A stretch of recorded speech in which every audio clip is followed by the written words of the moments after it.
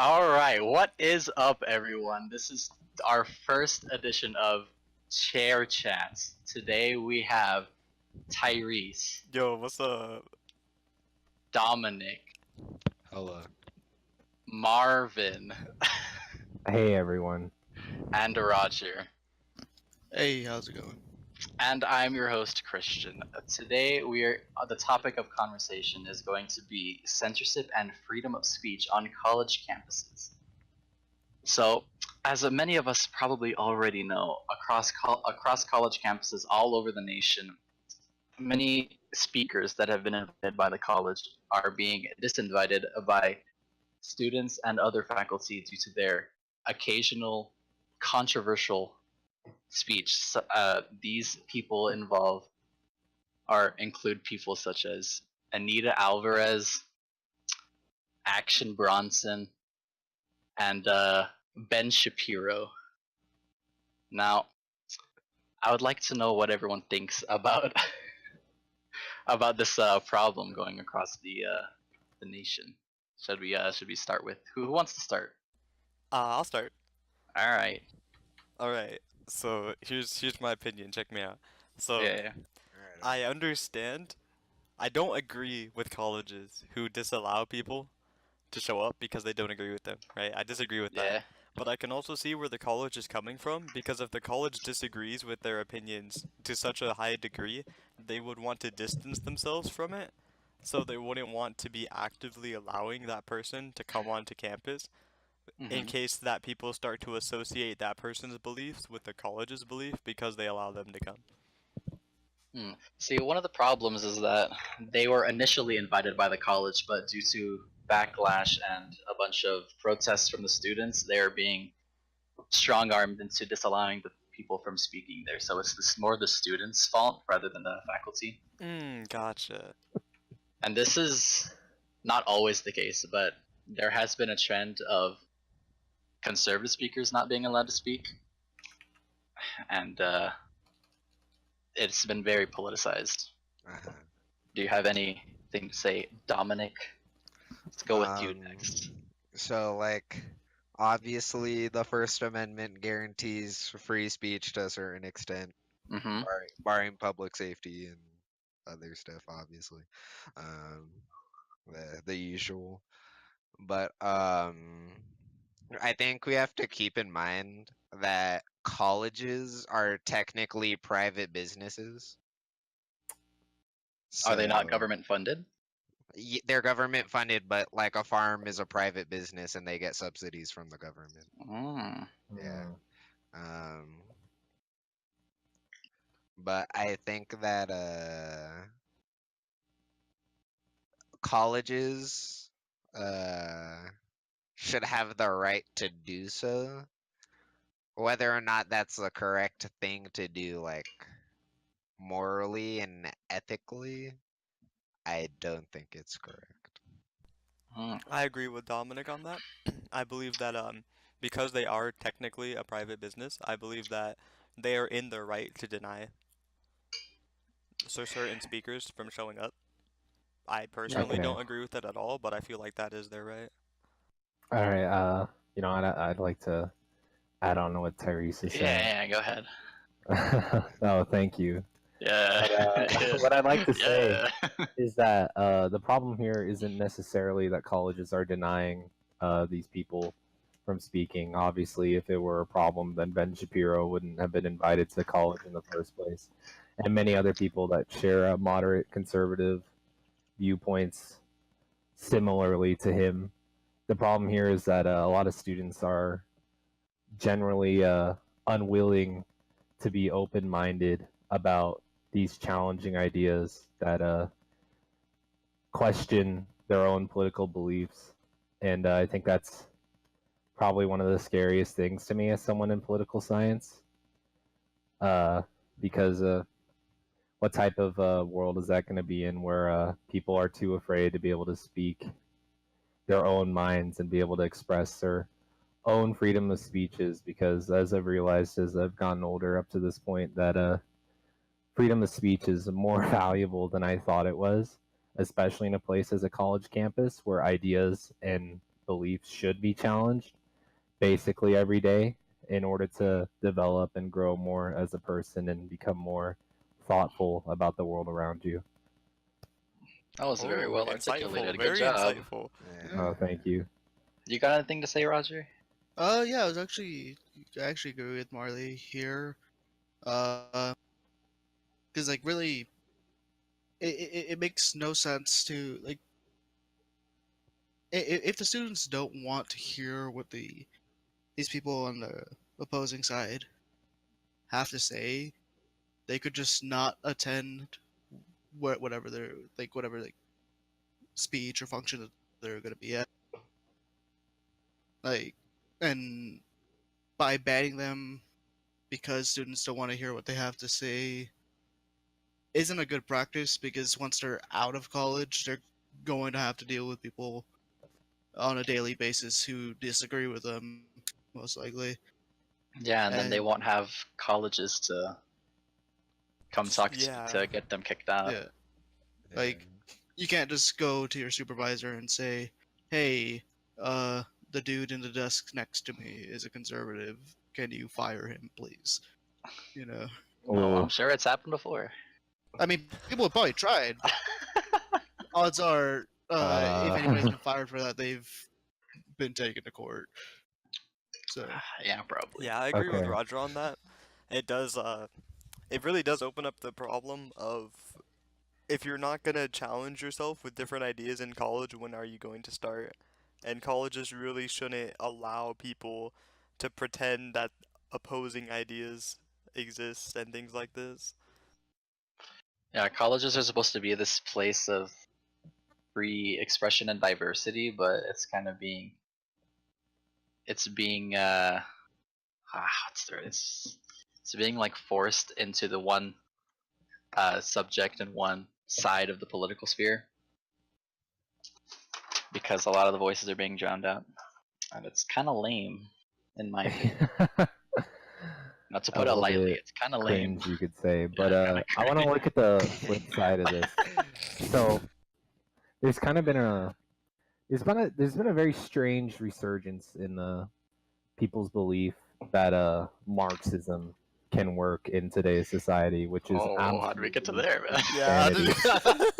Wait, wait, Let me let him read talk, it. let him Yeah. talk, let him talk. The flip side of this is that a lot of colleges allow these type of people to speak, even though, I mean, it should, as what we're saying, they should be allowed to, but because it follows the many of the ideas that a lot of younger generation millennials believe in, they're allowed to be heard more, and then they're under the impression that this is some big revolutionary movement and nobody's opposing them and nobody is critiquing their ideas or beliefs, and nothing could be wrong with this because they simply have learned to deny the different ideas based off of a college environment with thousands of other kids also believing the same thing, that there's no such thing as an opposing idea to Marxism, for example, in this case, which probably will see a resurgence for whatever reason in today's age. And I think the colleges allowing this type of thing to happen is going to be one of the biggest reasons. Yeah, you know, probably. I actually agree with that a lot. Like, I see where you were going with that now, Mm-hmm. because when you only set up one side, it leads a lot of people to start believing it a lot more because there's nothing there critiquing it. So Mm-hmm. that is a very unhealthy thing to have going on at college campuses. Yeah, and there's this one guy named Fleming Rose. Yeah, I got this quote ready, guys. He said, Alright. "When people on the left and on the right only talk to like-minded people, their opinions tend to become more extreme.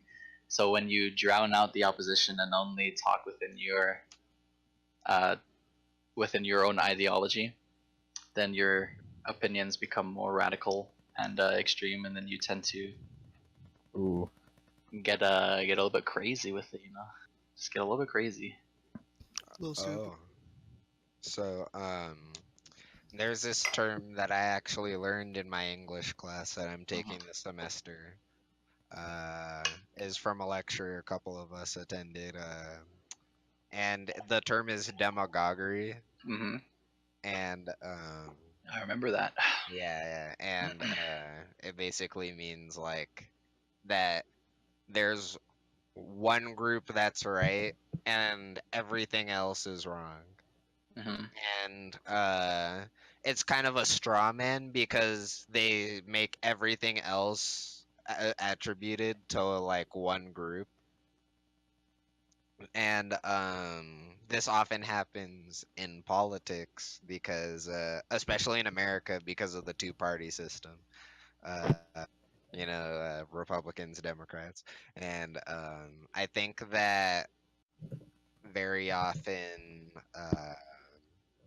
what will happen is like a socialist or a nationalist will get um, like associated with one of the two political parties, and then that makes you automatically think, oh, they're a Republican, they're a Democrat.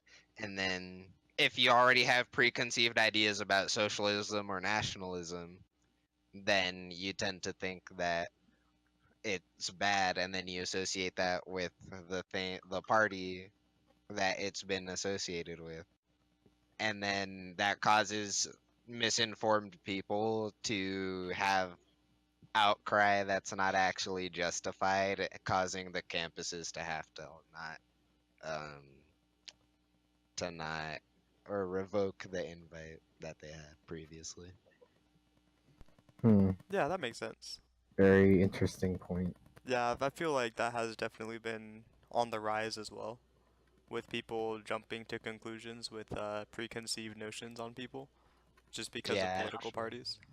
I think that memes also have Yeah. a role in that, honestly, because like of how short and simple they are, or how short and simple they can be, Mhm. because just because the internet is all about doing things the fastest and the simplest, that's the most convenient for the viewer or the user. Yeah. So Yeah, and I they're all think hyper like satirical, so yeah, so I think that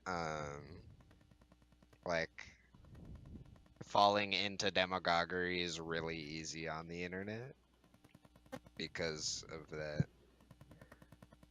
Okay. Would you and also Like, argue that it's easy to fall under demagoguery in college campuses because of how they're run? Um, to an extent, but I feel like the professor, like whoever you're like, let's say you're taking a political science class from a professor, and let's say the professor is really conservative and like lets their notions of politics interfere with their teaching style or teaching methods and ideals, then that might actually influence their students on a subconscious level to think of certain ideologies in an inherently bad way. And granted, while an ideology might be bad, they don't actually have any support of like what they're saying. Like they're just saying something is bad because they were told it was bad, Yeah. essentially. And that's not Um. just like a conservative or liberal or anywhere in between thing. Like anybody can fall victim to that, So you're really. saying that that this is creating a lack of critical thinking? Yeah, like yeah, I it know, is. like you know how Orange Man bad is a thing. Yeah. Yeah, Like you Yeah. can make NPCs. like that's really legitimate stupid. criticisms of Trump, but like Instead, it devolves into a yeah, and then even that meme, like it's doing the same thing but Yeah. in reverse. Yeah, that meme in of itself is doing the same thing. Yeah, yeah, that and like all those other NPC memes and stuff. Oh yeah. I didn't even think about that. good job. Okay, I found this article made by the Washington Post, Oh, just and it's now? about this. No, I found it a while ago. Oh, okay. It's about this sophomore Brian Stash Savage. So he's Uh, 30 years old. He's an Iraq veteran. He's described himself as a moderate conservative, Hmm. yeah. and he wrote an opinion column in his student newspaper, which is Wesleyan Argus. Oh, He Wesleyan. criticized the Black Lives Matter movement. Okay. Okay. He didn't criticize the movement's mission, which is fair. He Yeah. didn't criticize the motives, which is fair. Yeah. But he criticized the tactics and its Mhm. messaging strategy, Yeah. particularly more of its anti-cop elements. Gotcha. The essay consisted of a lot of opposing views, of course, to what a lot of liberals would usually view Black Lives Matter as. And the article says all hell broke loose. Paper came out. People were destroying his paper around the campus, and in a student cafe, a student screamed at Stashave through tears, declaring that he had stripped all agency away from her, making her feel like not a human anymore. What? And Stashave said over the following days, he said others muttered racist under their breath as he passed by. And I feel like this ties in perfectly to the memes and the ideologies and very strict thinking that restricting criticisms and opposing views can bring. And that is, if someone criticizes a certain movement, that is generally very liked by liberals, such as Black Lives Matter. Then you're automatically a racist, no matter what you say. If you criticize it, boom, you're a racist. There you go. Yeah, especially because, as you mentioned, his paper wasn't even criticizing what the mission's goal was. It wasn't saying that Black lives don't matter at all. He was saying that the tactics they were using, he was against. Yeah, it's like a good movie villain where like their intention is good. Like Spider-Man Homecoming. Yeah, yeah, yeah. Yeah, yeah, Like you yeah. know how the bad guy he had like the right intention, but his way of going about it was wrong. Yeah, I feel like criticizing things like that is discouraged to an extent. yeah. Yeah. But I don't know if that's a result of like social media, because obviously that's what like basically everybody digests every day. Like I don't know if you were to actually conduct like a civil debate, if that's the way you would go about things. And I don't think that we should rely on politicians to say that either, because a lot of them are ideologues. Yeah. So Yeah. um, Mm. yeah, I think I, mean, that I think another situation that I can don't know if kind of that's relate accurate. to it would be the whole situation with the Covington Catholic students from earlier in the year. Can you elaborate? Yeah, what school did that happen at? That was when they went. The Covington kids went to like a march in Washington or something, Uh huh. and they then there was in the initial video you just saw that one kid and like a bunch of other kids from the Catholic school with "Make America Great Again" Oh hats, yeah, Uh yeah, huh. and the Native American man. Oh, I Oh, remember yeah, that. that's Oh, that's right. what this That's right. was. Yeah, that's right, that's right. yeah. I do recall that. Yeah, because like when people initially just saw that, they went on started harassing uh students, faculty, their families, and everything. Uh, when it turned out the Native American man was actually from a third group, because there was one group that wasn't even featured in the initial video, that was the instigator of the incident. Yeah, Yeah, they and actually started it. yeah, not only was the Native American man the instigator in this subject, but I think that it's also ties really well into the topic because this was not covered in a lot of medias when this first came out. Yeah, Yeah. I don't know anything about this, honestly. About the whole Um, situation? Yeah, no, I don't really hear about this. I knew about it, but I'm not like well versed enough, I think, to make a judgment one way or the other, if I'm gonna be honest. Yeah, yeah, all I know is that because But like I think that also speaks to media coverage in the current day. Yeah, because when the first video came out, it was just the Covington students and this Native American man. But the Covington and there was reports of the Covington students acting rowdy at the event.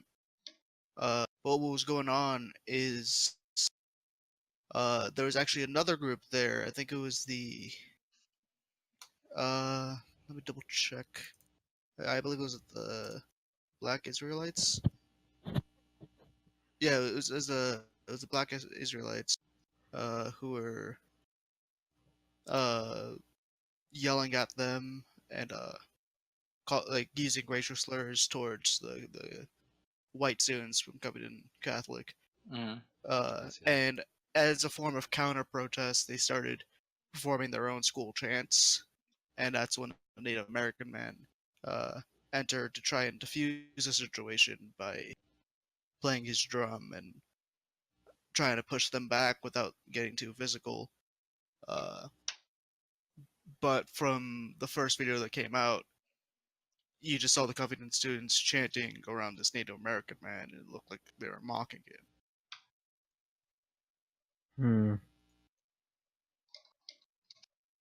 Hmm. Okay. That's very much putting the different scope on things, like in a way that misrepresents the situation and can skew people's views. And you know what? That somewhat ties into the original topic, which we've sort of strayed away from, which is all right. But it certainly does limit people's criticism and ideas and what they should actually be looking at in the grander scheme of things. Yeah. Yeah, it's basically just become putting someone down and flaming them for like only because of one aspect of what they're saying. Like if it leans at all left or right, they basically just they get like attacked, and it's really degraded the whole discourse Yeah. by doing that. And this is kind of a change of topic, but there have been a lot of articles saying that all of this avoiding hearing the opposing side has like coddled a lot of the uh, American college students and made them what's the, like kind of weak, thin skins and unable to handle any criticism at all. And what did you guys think about this? Like, do you think college students are becoming thin-skinned, or is it just? I can see it because if this keeps happening, because I think we should remember. Sorry, I totally interrupted you, Dominic. I know you're gonna say something, but That's alright. Just finish your thought. but if they as in college students keep preventing themselves from being able to hear, because I think we can entirely agree, all of us, that this is pretty much the college students' fault, and yeah, this is pretty much a college student's fault that this is happening, because it's not really the college's fault necessarily, but instead it's the ever-changing environment in which our age group is growing up in, which is a whole other topic in itself. Like, why are the college students doing this? But anyway, as I was saying, if they keep doing this, then they're just going to be preventing themselves from allowing criticisms and allowing different ideas, and thus a thin skin is going to be formed if they're not able to refute an argument or be able to support their own argument and be able to prove that another person's wrong and they're right in their own way. Yeah.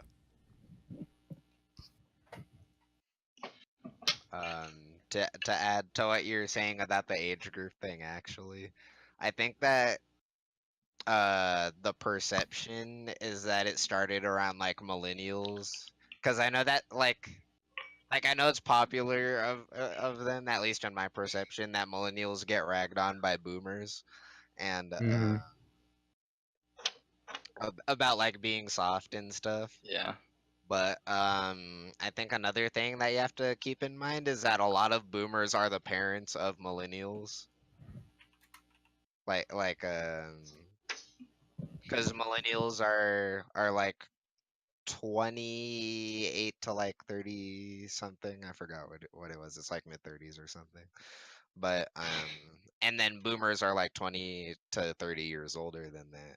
So I think that a part of this coddling thing is generational, you could say. And I think it's almost a self-fulfilling prophecy of boomers not wanting their kids to be like soft and stuff. Uh, And then but like the economy, at least in America, was so good when they were growing up under Bill Clinton that a lot of kids haven't struggled. So they Yeah, I can't relate. that's a different topic. But like they haven't struggled, and at the same time as this as that movement, there's a bunch of like social movements going on, like the desegregation of people of color, like the Tuskegee trials ended in 1972, and then that's like really the last thing that was within the law that of legal oppression of black people, and but beyond that it's only been uh like a class based thing. So I think with being like, oh, treat these people equally, oh, treat gay people nicely, like those are noble goals, I think. But uh in addition to um that, I think as a side product, there's almost like a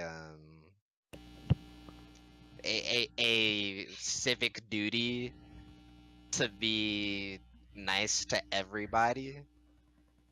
And while it's good to like treat people nicely, like I don't think you should be like legally and socially obligated to sugarcoat things for people in a way that they'll like to hear.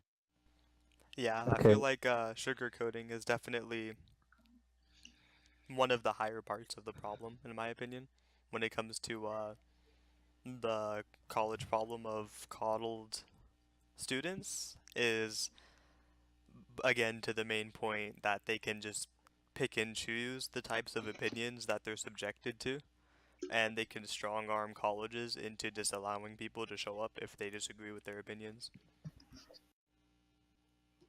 and do you guys think colleges should actively do something to stop this, or do you think just because they have that right that they should be allowed to continue and they should be encouraged to continue what they're doing?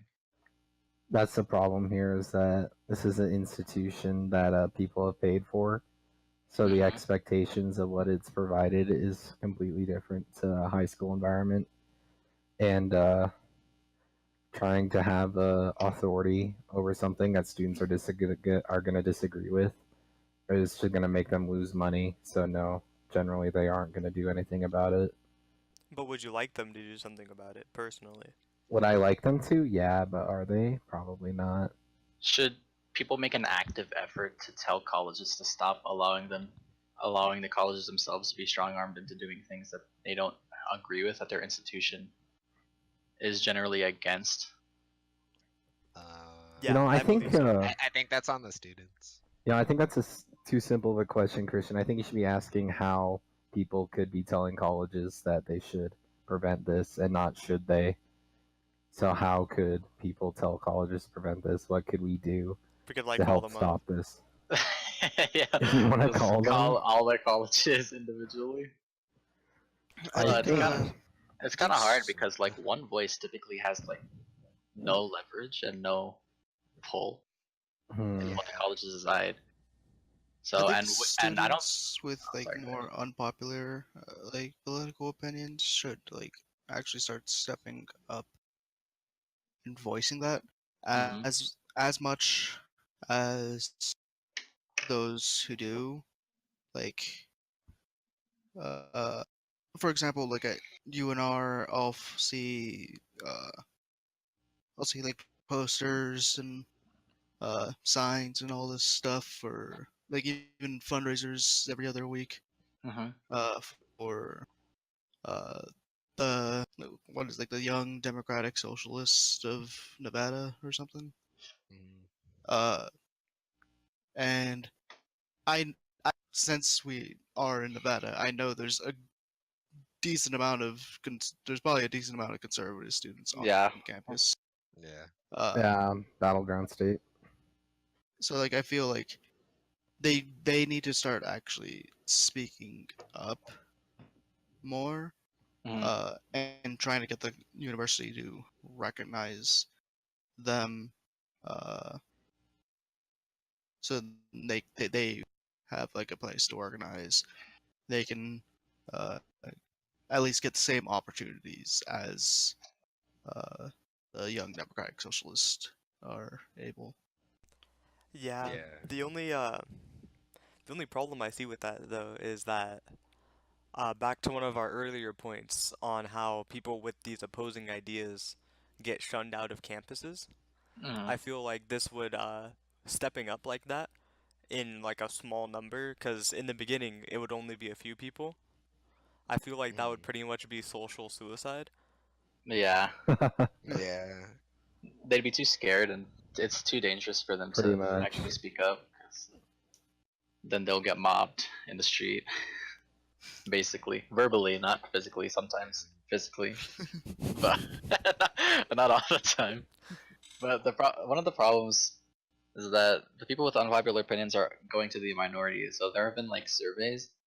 Mm, There are two surveys that I know about the ideology of college campuses, or on college students rather, on whether or not they believe that censorship is good and should be allowed, or if it shouldn't. And it's basically 50-50. Like, it's increased by a lot since it was like 2002 was the original, and then it was like a longitudinal study. So they compared a 2002 study on the same topic with 2016, 2017, and right now it's basically 50-50. It increased like double on the students, on the percentage of students that are pro censorship on college campuses, Huh. and are advocating that there should be like rules on college campuses on who should be allowed to speak and what kind of topics that should be allowed to be spoken of on campus.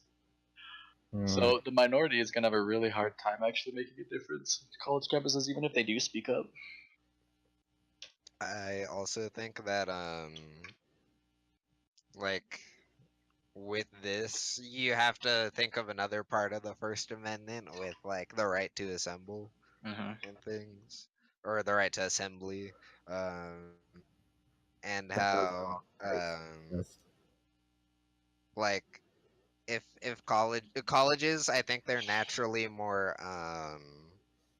liberal, considering they're inclusive with like a lot of colleges Oh. allow undocumented immigrants. Hmm. Um, a lot of colleges are pro trans rights. Have like the gender neutral bathrooms and stuff. Hmm. Pro, at least public colleges are pro LGBT community and all that. Those are not necessarily bad things, by the way. Yeah, yeah. Like I don't think those are bad personally. I Yeah, think they're they're good not bad. actually. Um, that like because they're again like even though they're private entities, Hmm. like their own entities, like they're not government ran. Hmm. Uh, they are public institutions. So I think that if they were truly neutral on everything, that'd be problematic almost, I think. In what ways? Um, like, let's say they had no gender neutral bathroom. I could see there could be like potential students harassing other students. Yeah, Um, that would get a lot of backlash if they didn't yeah. actually. Yeah, I agree Um, with them, especially if there Yeah. was like no, if they weren't openly LGBT acceptance, then I feel like the LGBT community could be getting harassed at these campuses. yeah. So being neutral isn't the best And, solution all the time. and the goal is to educate too. So like, I think if everybody wants like a fair shot at education, you kind of have to be inclusive to a certain extent. Yeah. But I don't know.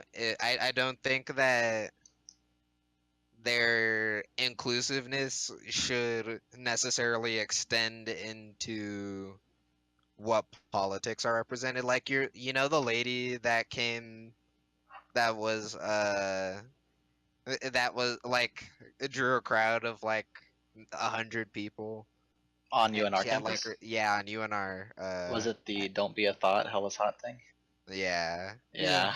Um, like I feel like people like those should be able to protest and demonstrate Hmm. and do any other kind of political action. Um, as far as like UNR sponsored lectures or something, I don't know if either way you should be doing that, because um then you start getting on a slippery slope of, well, why aren't like Nazis allowed to like have a scheduled talking time sponsored by UNR? So I think it's like a really difficult line, or it's not even a line really. It's really a case by case thing, I think. Yeah. But I think it's a really difficult like set of decisions to Hmm. just clear cut say, oh, you can do this and you can't do that if you do this thing. Well said. So I want to circle back to the protests, and I have a question for you all. Yeah. So Yes. the situations that are being set it up uh, is if you look online on a lot of videos, there's a lot of questions people ask to people who are protesting, and a lot of the times they have the ideas being presented at the talks being incorrect or not actually being what they're talking about. And what this implies is that a lot of these people don't actually know what they're protesting, and I feel like that's very morally wrong. Oh, are you And talking about? Wait, are you talking about like people aren't informed enough on a topic? people are protesting things because other people are, instead of actually being informed or knowing. They're protesting because this guy is stereotyped to be of another party, and instead of listening to what they had to say and refuting them, and then protesting in a very democratic manner, which is very that's a very democratic way to do it. You listen to what they had to say, and then you can protest what they say. Instead, they just people are just protesting it, regardless of what they say, regardless of how much they agree or disagree with the protesters' views. Yeah, I think in general that's just a problem that's on the rise. Looping back to the things we were talking about where it came with what was that one word you were teaching us about? Demagoguery. Yeah, about demagoguery and just immediately associating things with people is this will lead to a lot of people who get into debates and get into arguments and protest things that don't actually know what they're standing behind and don't actually know what the opposition is because they've already decided that they've taken this stance on it because that's their side and that they're against the other side because it's not them. Yeah, I feel like that's a big issue because like it's almost ignorant to do so because like you're literally just assuming things about a really diverse group of people. Like you could get a room full of Democrats and they'd be like they could have a diverse set of opinions because like that group of thinking can be very broad. Yeah. And I think that a popular opinion isn't everybody's opinion. That might sound obvious, but like I feel like a lot of people don't actually know that. Plus, there's always the case of the vocal minority, where an opinion Yeah, seems like it's the popular one when it's actually just the more outspoken one. I agree. Yeah, because I could also see this used against more uh more left side talking points. Uh, like you look at a topic like feminism or something, right? Hmm. Uh, and you see the online perception of it as a result of the of online discourse, where things kind of seem to devolve instead of speaking up about like actual like issues that women have to deal with. A lot of times it will just go into blaming men, oftentimes specifically white men, for pretty much their existence being the problem. Hmm. Yeah. Uh, and because of how loud that vocal minority is, uh, I feel like a lot of people have uh, the misconception that that is how the majority of people see it. Yeah, and I think that definitely is the primary driving point to ill-informed debates is people will misinterpret how things actually stand by vocal minorities. Hmm.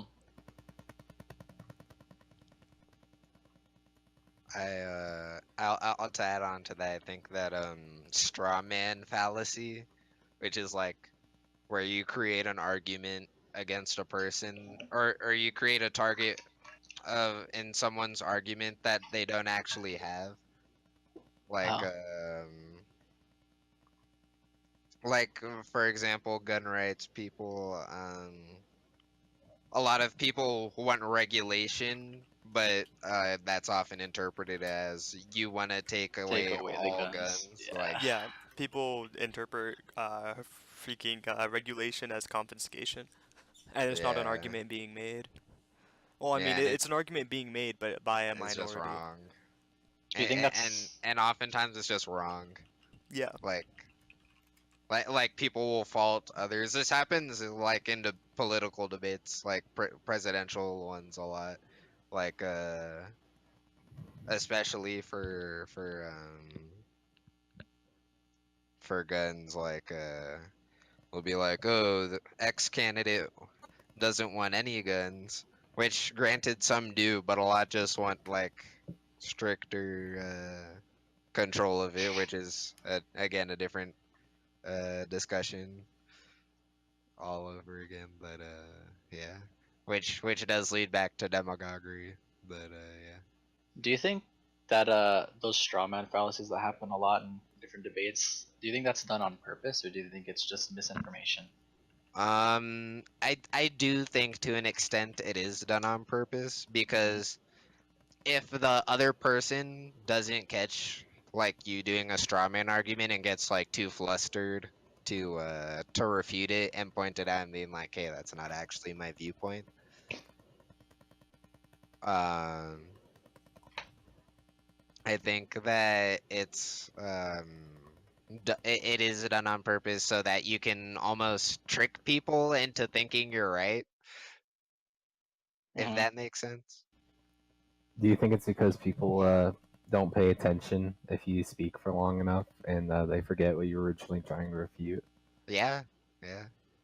I do think that's a thing that happens, especially in politics, because you know how a lot of people are.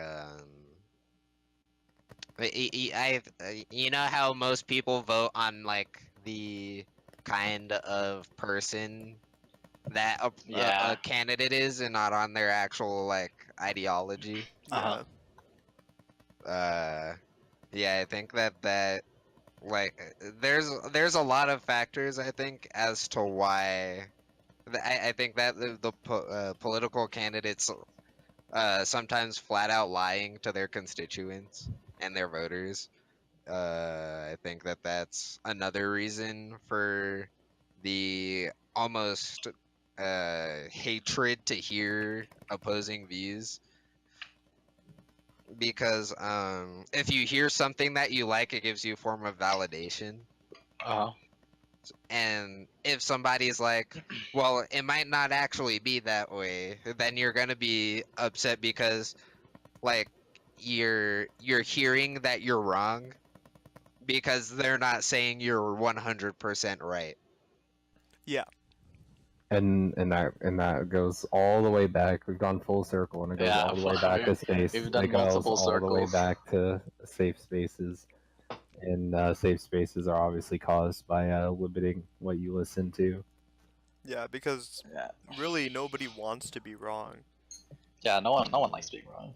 I think it's a term called a daily dose of news or something. It's like a journalism term where people automatically. This isn't just a college problem. This is a problem everywhere. People only listen. You've certainly heard of people who only listen to one news source, Hmm. like Fox News or MSNBC or BBC or anything like that. That's your daily dose of news, which Uh-huh. can change your perspective and limit your thinking. Yeah, a lot of news sites are really Notorious biased for that.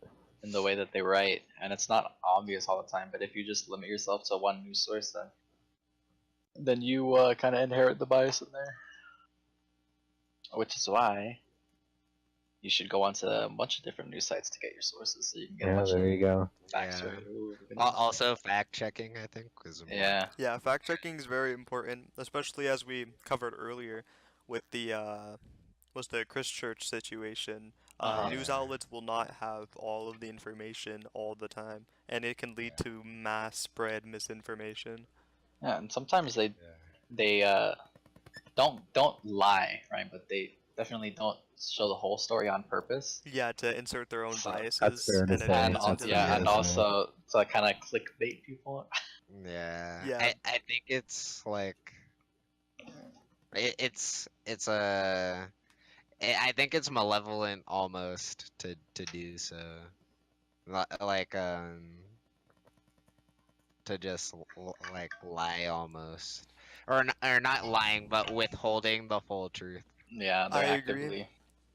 Actively trying to mislead an audience so that they're more likely to believe in your opinion on the matter, I believe that's a horrible thing to be doing.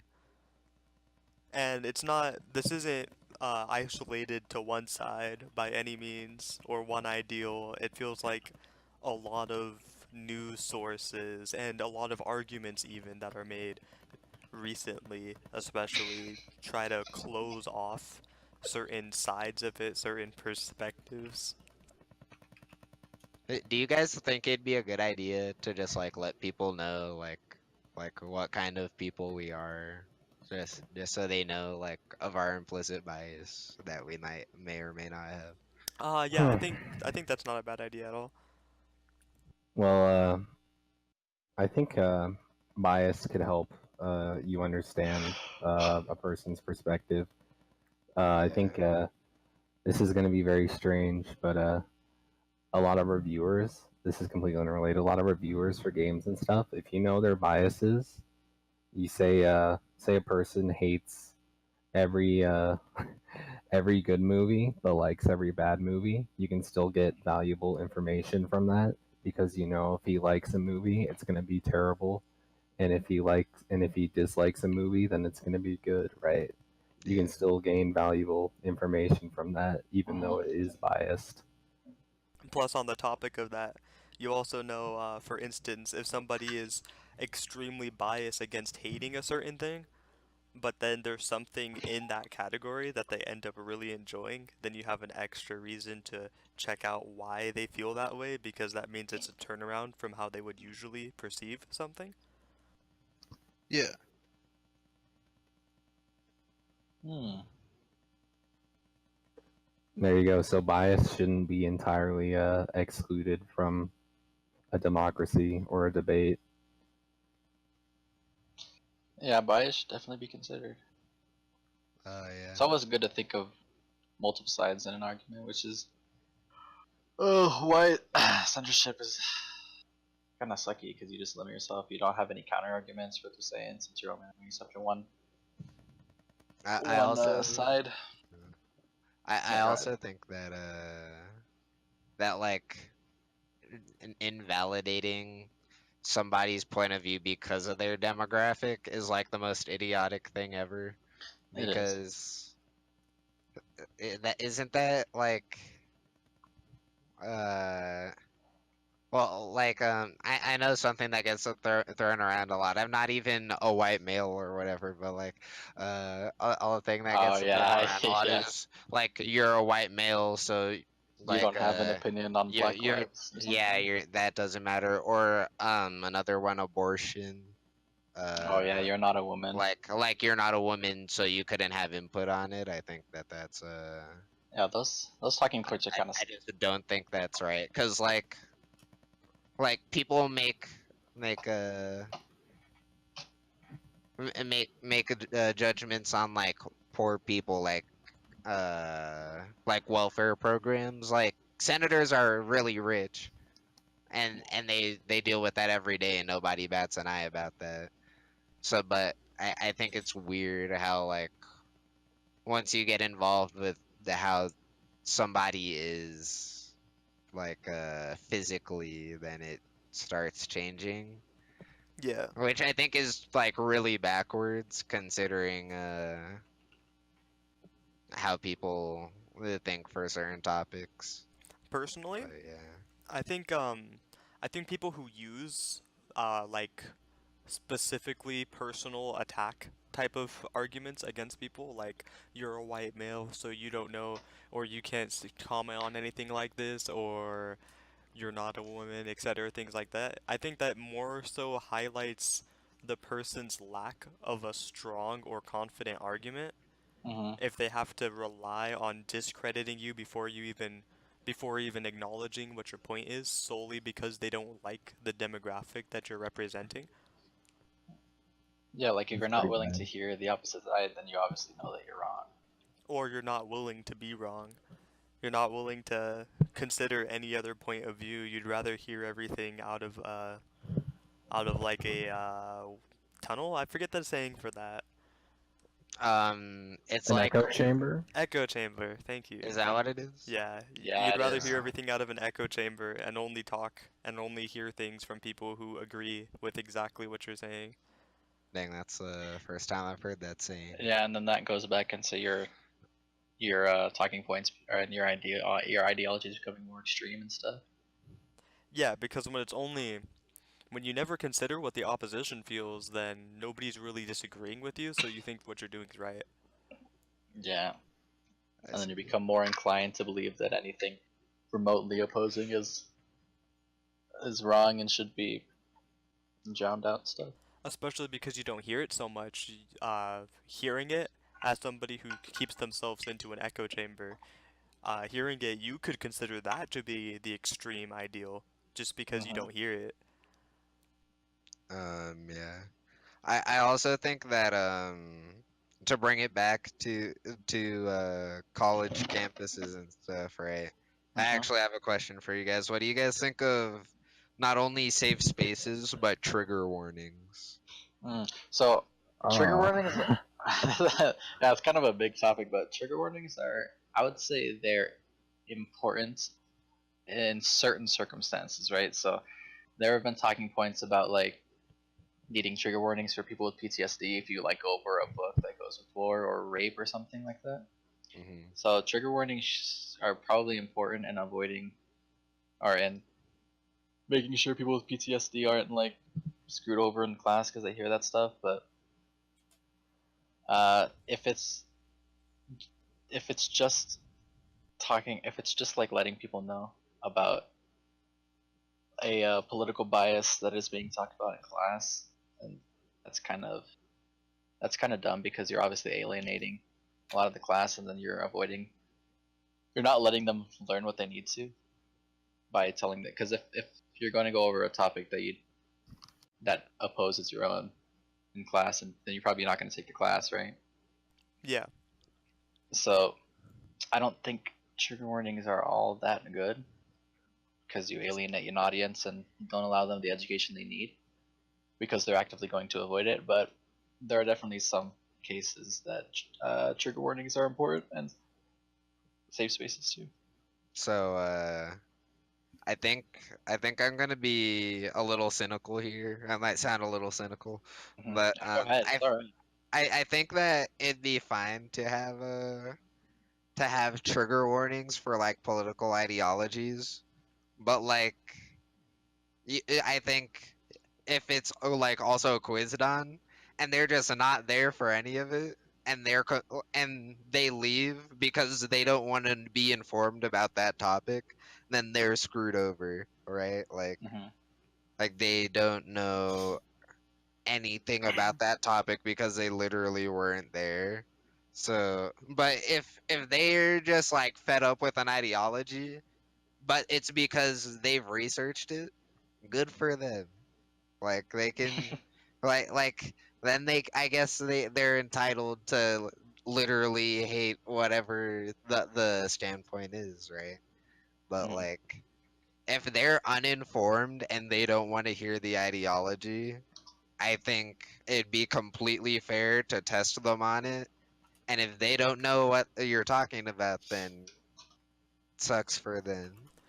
Yeah, I agree with what Dominic's saying for the most part. Um, if you're actively avoiding information because you hate the information, even though you haven't even taken it in yet, then I Uh-huh. feel like there should be some kind of like fault to the student for avoiding that information. Like failing tests because they're actively avoiding learning what's being covered in the class because they don't agree with it.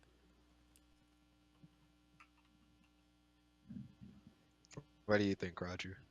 Yeah, I Roger, I say feel something. like Yeah. giving trigger warnings.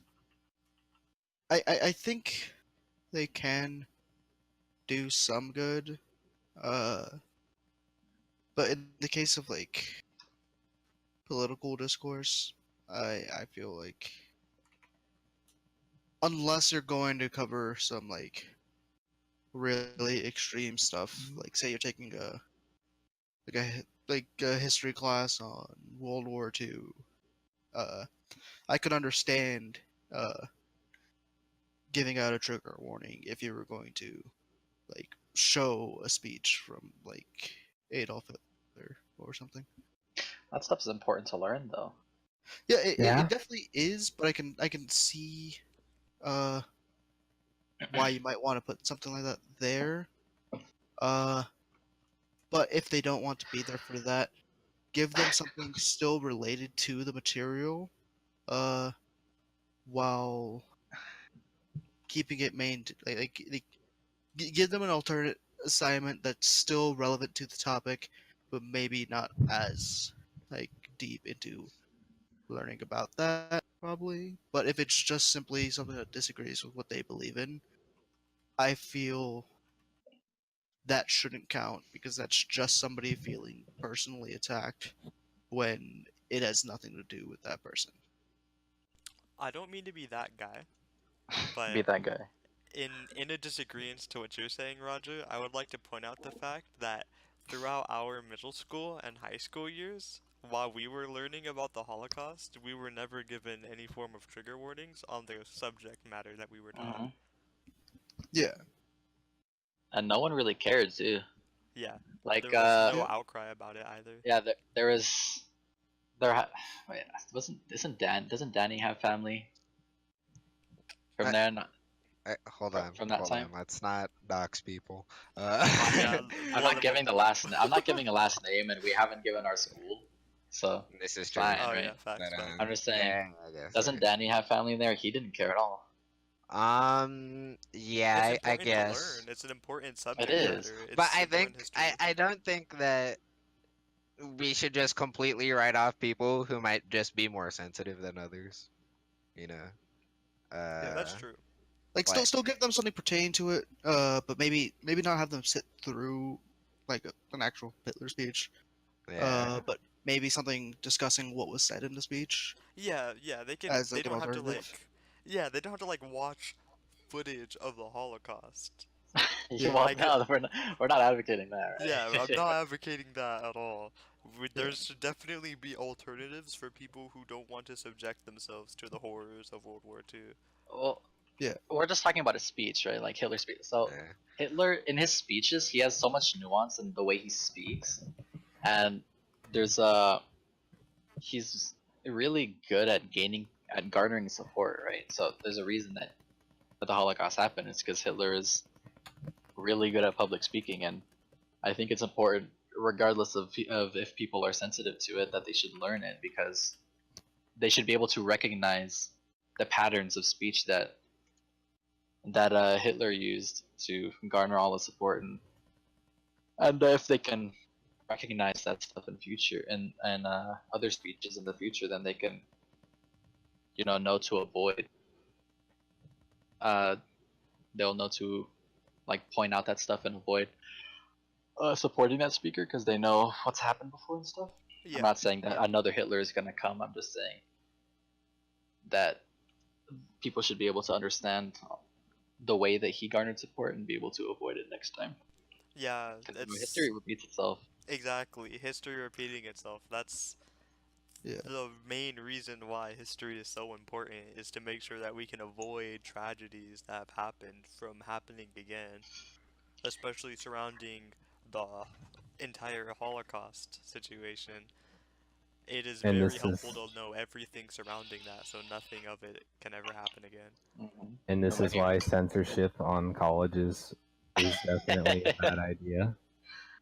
Yeah, I agree. Yeah. What does everyone Yeah. else believe? Yeah, I Like, definitely think that's a bad idea in certain cases. So like, yeah, like obviously, college campuses should follow a lot of the speech regulations. Like, you can't advocate violence. The yeah, imminent danger clause and stuff. yeah. All right, Like, that sounds I fair to think me. I think a good rule of thumb, yeah, would be to allow everybody except for groups that would advocate for violence or I some sort of like cleansing of any kind. I feel like that. yeah. I guess that's violence, but if they're not physically doing it, if they have any like agenda of cleansing or anything, Mm-hmm. I think that should be that could be like a good baseline. Is just if you're non-violent, then yeah, you're you're allowed, even if you're not like an agreeable person, I guess. Like, it's gonna sound really dumb, and I'm not like, I'm not supporting the ideologies at all, right? But I personally think that as long as Nazis are not saying that they should, or that as not saying to other people go attack a certain group of people, they should be allowed to speak because of free speech. I'm not saying I'm a Nazi, right? Like that's everyone gets that, right? I'm just saying that everyone should be able to speak about what they want without being censored. My only disagreement with that is it also runs the problem of the college's reputation. If the college is Yeah, hosting these types of groups, as I Well, they wouldn't be mentioned, hosting it, right? Like they're not. So they're not like endorsing them. They're just What type of not stopping them from speaking. I don't know. I don't like the idea of the world that where colleges aren't allowed to have people be able to challenge ideas. I used kind of a extreme example. But They probably made it Yeah. yeah, you hard. did. yeah, Yeah, it's an my extreme bad. example, but My bad. it's I'm just just. as we originally mentioned, Mhm. colleges. I'd imagine, I don't run a college, but I'd imagine that a big driving factor for colleges removing these people who are showing up is because of the backlash. They don't want to be associated with the person, Mhm. because it's not the college itself getting the backlash, it's the person, and then in conjecture, it's the college.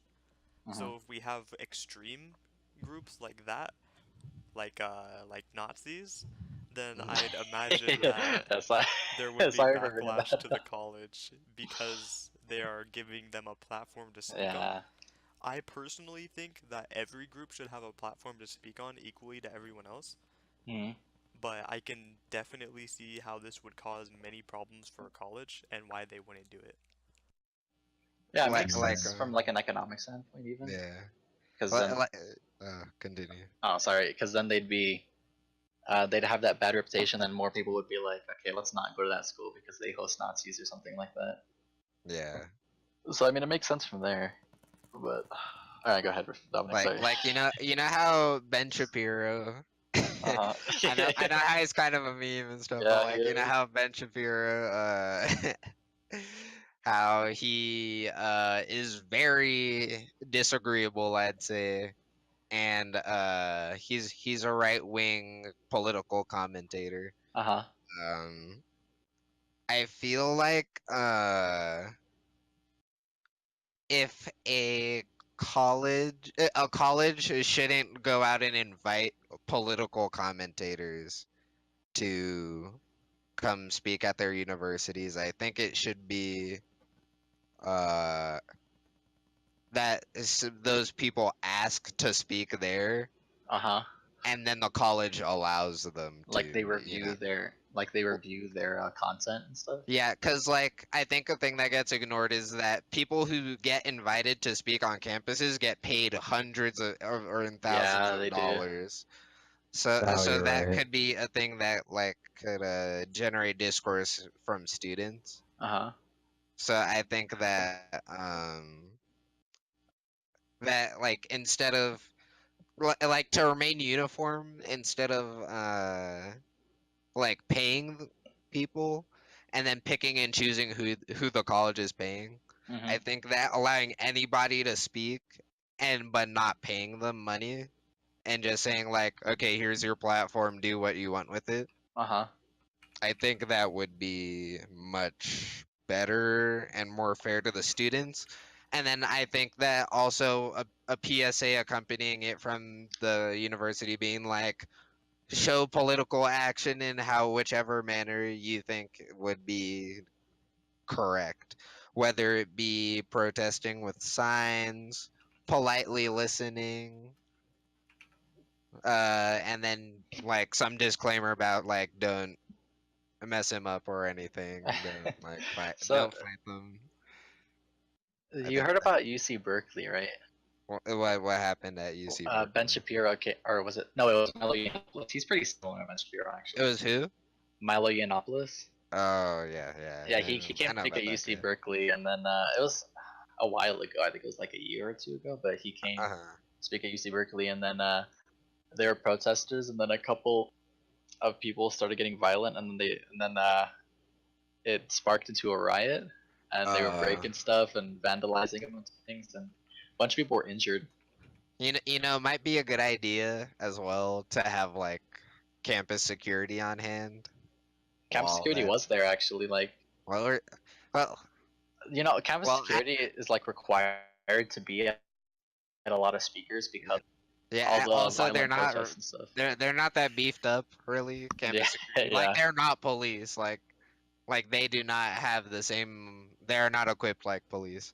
So I think Mhm. that's another again another discussion though. So Do you know if they have tasers and stuff and stun guns? I don't. I know they don't have Because yeah, guns. I know they don't have guns, but they should But yeah, cause like the only cop I've ever seen like on campus for UNR is that old guy. in the You, jail. you know what I'm talking about? Yeah, Yeah, yeah, I know that yeah, guy. that guy. That guy's cool. Yeah. But to conclude, I think that I feel like colleges should be approached by the political speaker instead of the colleges going out and paying people I think they to should definitely invite like major yeah, uh yeah, political faces like like if presidential it's a candidates. president or something, Yeah, yeah, like I think that's a presidential different. candidates should definitely be invited. But like if it's, I feel like if it's not, they're not affiliated with like official political party business, Uh-huh. they shouldn't be they shouldn't be like paid money to do such a thing. What are your final thoughts, guys? Um, my final thoughts are in agreement with a lot of everything else that people have been saying. Um, especially with Dominic's last point, I feel like that is definitely a good compromise in the situation. Is public speakers should be offering campuses to go speak, and they shouldn't be given thousands of dollars for it.